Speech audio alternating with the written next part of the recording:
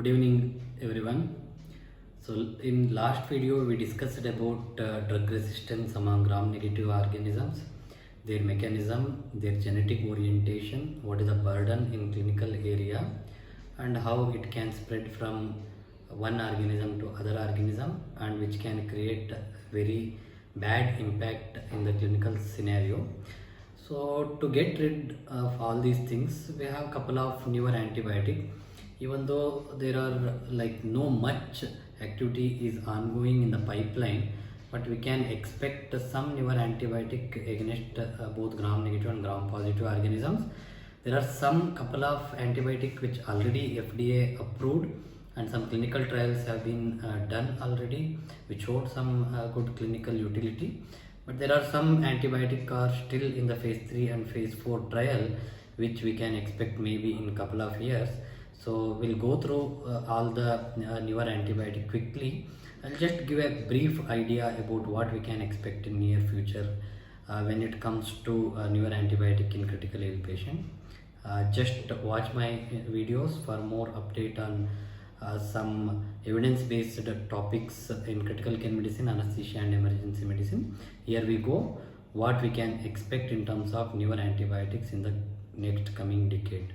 So what are the newer agents in the pipeline? Okay, I told, so we expect now some newer agents as a carbapenem sparing agents. Okay, so we have to understand all the BLIs are not same. If you see the simple spectrum of tazobactam, which is having a good coverage for anaerobes along with the Klebsiella as compared to remaining beta means BLIs.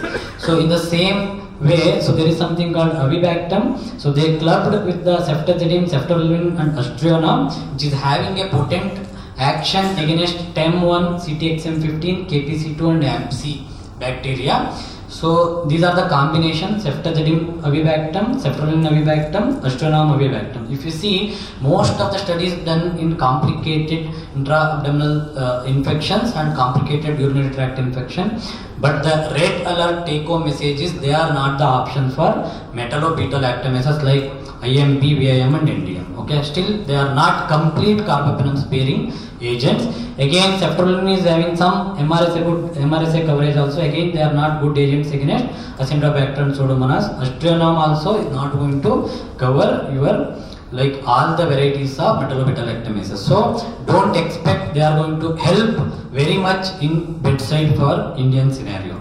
Again, some more new antibiotic, meropenem, veberobactam. This is again a newer BLI. So tried some activity against all the CRE organisms, but they are not going to act against if the resistance is some different mechanism other than beta-lactamase production.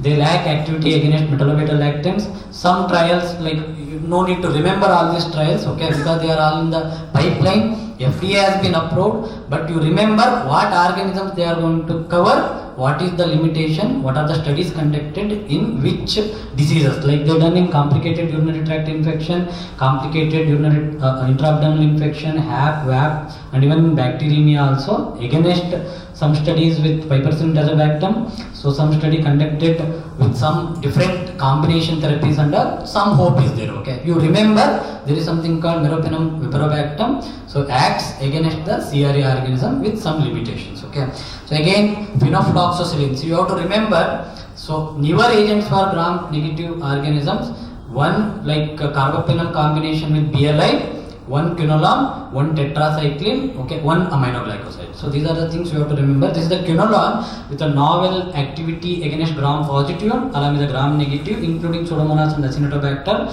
So which acts good in acidic environment, good for pneumonia and that of abscesses. So they done comparison against ciprofloxacin, good some sort of recovery, but the problem is no data in nosocomial infection. Okay, so don't expect quinolone group of antibiotic, even though it is new, it's not going to do any magic in terms of nosocomial infection, maybe VAP, CRBSA and all.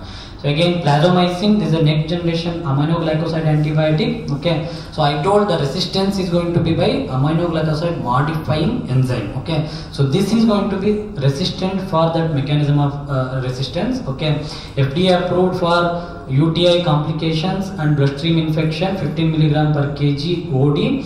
So EPIC trial, they compared against the meropenem with good result. Again, this is one more CARE trial. Okay, so plazomicin versus colistin. So they showed good 28-day mortality in plazomicin group, but the limited data against this work for Pseudomonas aeruginosa and Acinetobacter. This is the limitation for plazomicin.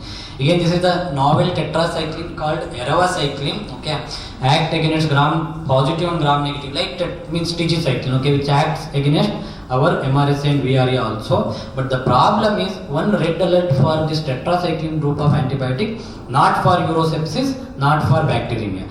This eravacycline has been tried in some sort of like urinary tract infection and all, complicated intra-abdominal infection and urinary tract infection.